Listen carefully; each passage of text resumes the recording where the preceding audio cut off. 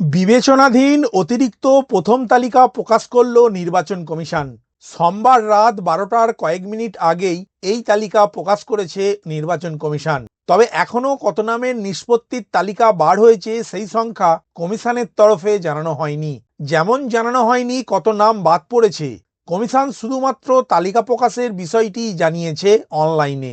Booth অনুযায়ী দুটি ভাগে তালিকাটাই প্রকাশ করেছে জাতীয় নির্বাচন কমিশন।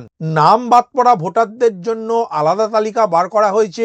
কমিশন সূত্রে খবর, বুথ মাফিক অতিরিক্ত ভোটার তালিকা ডাউনলোড করে নাম রয়েছে কিনা কোনো ভোটার জানতে পারবেন। নমস্কার বন্ধু, আপনাদের সাথে আমি অনিমেষ। আপনারা এখন দেখছেন কুন্ডু টেলিকম ইউটিউব চ্যানেল। চলুন শুরু করা যাক আজকের আপডেটটি। গত 28শে ফেব্রুয়ারি চূড়ান্ত ভোটার তালিকা প্রকাশ করেছিল জাতীয় নির্বাচন কমিশন। তার মধ্যে বিবেচনাধীন ভোটার ছিল 60,06,675 জন। এই তালিকা 705 জন বিচারক নিষ্পত্তি করছেন। সুপ্রিম কোর্টের নির্দেশ মোতাবেক নিষ্পত্তি হওয়া তালিকা ধাপে ধাপে বার করার কথা জানিয়েছে নির্বাচন কমিশন। সেই অনুযায়ী সোমবার রাতে প্রথম অতিরিক্ত ভোটার তালিকা বা সাপ্লিমেন্টারি ভোটার লিস্ট প্রকাশিত হয়েছে। তবে প্রথম অতিরিক্ত তালিকায় কত নিষ্পত্তি হয়েছে এবং সেখান থেকে কতজন ভোটার যোগ হয়েছেন তা জানায়নি কমিশন। এর আগে সুপ্রিম কোর্টের শুনানিতে প্রাথমিকভাবে বলা হয়েছিল নিষ্পত্তির থেকে প্রায় 30% নাম বাদ পড়তে পারে। সোমবার তালিকা বার হওয়ার পরে সেই সংখ্যাও স্পষ্ট করেনি নির্বাচন কমিশন।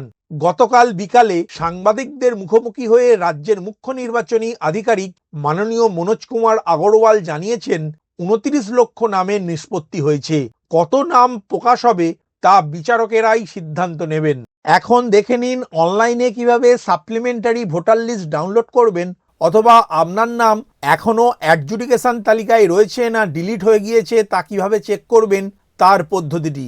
এর জন্য প্রথমেই voters.eci.gov.in এই লিঙ্কটিতে ক্লিক করে ভোটার সার্ভিস পোর্টালের অফিসিয়াল ওয়েবসাইটটি ওপেন করবেন। এখন সাপ্লিমেন্টারি লিস্ট ডাউনলোড করার জন্য ডাউনলোড ইলেকটোরাল রোল এই লেখার উপর ক্লিক করবেন। ক্লিক করার সাথে সাথে পরবর্তী পেজ ওপেন হবে। এই পেজের স্টেট অংশের ড্রপডাউন মেনুতে ক্লিক করে ওয়েস্ট বেঙ্গল কথাটি সিলেক্ট করবেন। এরপর রোল টাইপ অংশের ড্রপডাউন মেনুতে ক্লিক করে দেখবেন অ্যাডজুডিকেশন সাপ্লিমেন্টারি লিস্ট নাম্বার 1, অর্থাৎ যেসব ভোটারের নাম এই তালিকায় থাকবে তাদের নাম 2026 সালের ফাইনাল তালিকায় থাকবে। তাদের আর কিছু করতে হবে না, তারা সরাসরি 2026 সালের বিধানসভায় ভোট দিতে পারবেন। অন্যদিকে অ্যাডজুডিকেশন ডিলিটেড লিস্ট নাম্বার 1 এই তালিকায় যাদের নাম থাকবে তারা এই বছরের বিধানসভা নির্বাচনে ভোটদান দিতেও পারেন অথবা নাও পারেন, কেননা তাদেরকে প্রথমে জেলা শাসক, অতিরিক্ত জেলা শাসক বা মহকুমা শাসকের কাছে গিয়ে 6 নম্বর ফর্ম ফিল আপ করে জমা করলে তাদের নাম যদি ভোটার তালিকায় নতুন করে ওঠার বিবেচনা হয় তবেই তাদের নাম ফাইনাল লিস্টে উঠবে এবং তখন তারা 2026 সালের বিধানসভা নির্বাচনে ভোটদান করতে পারবেন। এখন অ্যাডজুডিকেশন সাপ্লিমেন্টারি লিস্ট নাম্বার 1 এই অপশনটি সিলেক্ট করার পর ডিস্ট্রিক্ট অংশের ড্রপডাউন মেনুতে ক্লিক করে আপনার জেলার নামটি সিলেক্ট করবেন। তারপর অ্যাসেম্বলি কনস্টিটিউন্সি অংশের ড্রপডাউন মেনুতে ক্লিক করে আপনার বিধানসভা কেন্দ্রের নামটি সিলেক্ট করবেন। তারপর স্ক্রিনের ক্যাপচা কোডটি ডান দিকের ফাঁকা বক্সটিতে লিখে নিচের দিকের আপনার পার নাম্বার বা কোন স্কুলে ভোট দেন সেই স্কুলের নামটি সিলেক্ট করে ডাউনলোড সিলেক্টেড পিডিএফ এই লেখার উপর ক্লিক করবেন। ক্লিক করার সাথে সাথে একটি পিডিএফ ফাইল ওপেন হবে।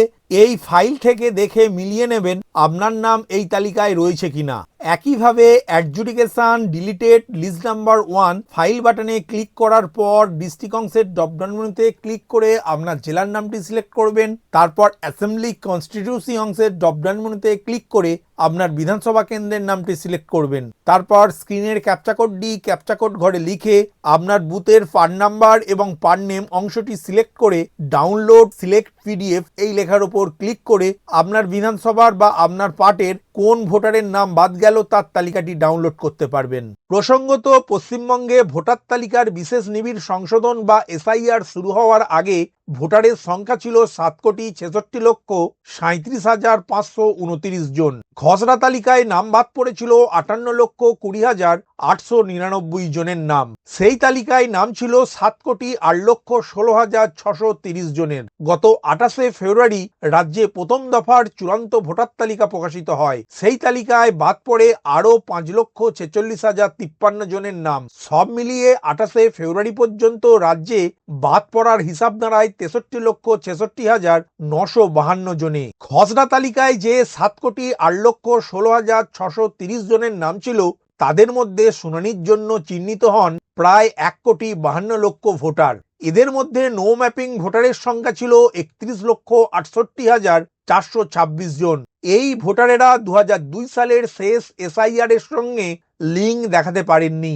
বাকি 1,20,00,000 ভোটারকে তথ্যগত অসঙ্গতি বা লজিক্যাল ডিসক্রিপেন্সির তালিকায় শুনানিতে ডেকে পাঠায় নির্বাচন কমিশন। সব মিলিয়ে প্রায় 1,52,00,000 ভোটারের শুনানি হয়। তাদের মধ্যে 82 লক্ষ ভোটারের নথি নিয়ে ইআরও এবং এইআরওদের সঙ্গে সহমত হয় জাতীয় নির্বাচন কমিশন। তারা জানিয়েছিল শুনানিতে বাছাই করে মোট 5 লক্ষের বেশি নাম বাদ দেওয়া হয়। তারপরে প্রথম দফার চূড়ান্ত ভোটার তালিকা প্রকাশিত হয় গত 28শে ফেব্রুয়ারি। প্রথম দফার চূড়ান্ত ভোটার তালিকা অনুযায়ী রাজ্যে মোট ভোটার সংখ্যা দাঁড়ায় 7,04,59,284 জন। তার মধ্যে 60,06,675 জনের নাম বিবেচনাধীন পর্যায়ে ছিল। সুপ্রিম কোর্টের নির্দেশে সেই ভোটারদের তথ্য নিষ্পত্তি করছেন কিছু অবসরপ্রাপ্ত বিচারক, কিছু বর্তমান বিচারকরা। সুপ্রিম কোর্টের নির্দেশে কলকাতা হাইকোর্টের প্রধান বিচারপতি বিচার বিভাগীয় আধিকারিকদের নিয়োগ করেছেন। এই মুহূর্তে রাজ্যে 700 জনের বেশি বিচারক ওই কাজে নিযুক্ত রয়েছেন। রবিবার সন্ধ্যা পর্যন্ত রাজ্যে 28,06,000 বিবেচনাধীন ভোটারের তথ্য নিষ্পত্তি সম্পন্ন হয়েছে। সোমবার জাতীয় নির্বাচন কমিশন দ্বিতীয় দফার ভোটার তালিকা বা সাপ্লিমেন্টারি লিস্ট প্রকাশ করলো। কিভাবে দেখা যাবে এই তালিকা? সোমবার বিকেলের মধ্যে জেলা নির্বাচনী আধিকারিকদের কাছে তালিকা পৌঁছে গিয়েছে। রাত থেকে অনলাইনে কমিশনের ওয়েবসাইটে গিয়ে অতিরিক্ত তালিকা দেখতে পারবেন ভোটারেরা। শুক্রবার পর্যন্ত নিষ্পত্তি হওয়া 40,000 বুথের তালিকা কমিশনের কাছে পৌঁছে গিয়েছে। বুথভিত্তিক বিডিও, এসডিও অফিস এবং ডিএম অফিসে অতিরিক্ত তালিকা ঝোলানো হবে। এই সাপ্লিমেন্টারি বা অতিরিক্ত তালিকা থেকে নাম বাদ পড়লে কি করতে হবে? সুপ্রিম কোর্টের নির্দেশ মোতাবেক যাদের নাম এই তালিকা থেকে বাদ পড়বে তারা ট্রাইব্যুনালে আবেদন করতে পারবেন। ইতিমধ্যেই সেই ট্রাইব্যুনাল গঠন করেছে কলকাতা হাইকোর্ট। রাজ্যের 23টি জেলার জন্য 19 জন প্রাক্তন বিচারপতিকে নিয়ে 19টি ট্রাইব্যুনাল গঠন করা হয়েছে। ট্রাইব্যুনালে কিভাবে আপিল করতে হবে? দুটি উপায়ে ট্রাইব্যুনালে আপিল করা যাবে, একটি অনলাইনে, দ্বিতীয়টি অফলাইনে। ইসিআই নেট বা মোবাইল অ্যাপ বা কমিশনের ওয়েবসাইটে গিয়ে অনলাইনে আবেদন করা যাবে। অন্যদিকে জেলা শাসক, অতিরিক্ত জেলা শাসক এবং মহকুমা শাসকের কাছে অফলাইনেও আবেদন করতে পারবেন ভোটাররা। এই ট্রাইব্যুনাল এখন থেকেই কাজ শুরু করতে পারবে এবং সব আপিল নিষ্পত্তি হয়ে গেলে এই ট্রাইব্যুনাল আর থাকবে না। ভিডিওটি প্রথম থেকে শেষ পর্যন্ত দেখার জন্য ধন্যবাদ। এই ইনফরমেটিভ আজকের আপডেটটি আপনার বন্ধু ও পরিচিতদের জানাতে বেশি বেশি করে শেয়ার করবেন আর অবশ্যই কমেন্ট করবেন ভিডিও সম্বন্ধে আপনার কোনো ডাউট বা জিজ্ঞাসা থাকলে এবং আপনার কোনো মতামত জানাবেন। ভালো থাকবেন, সুস্থ থাকবেন।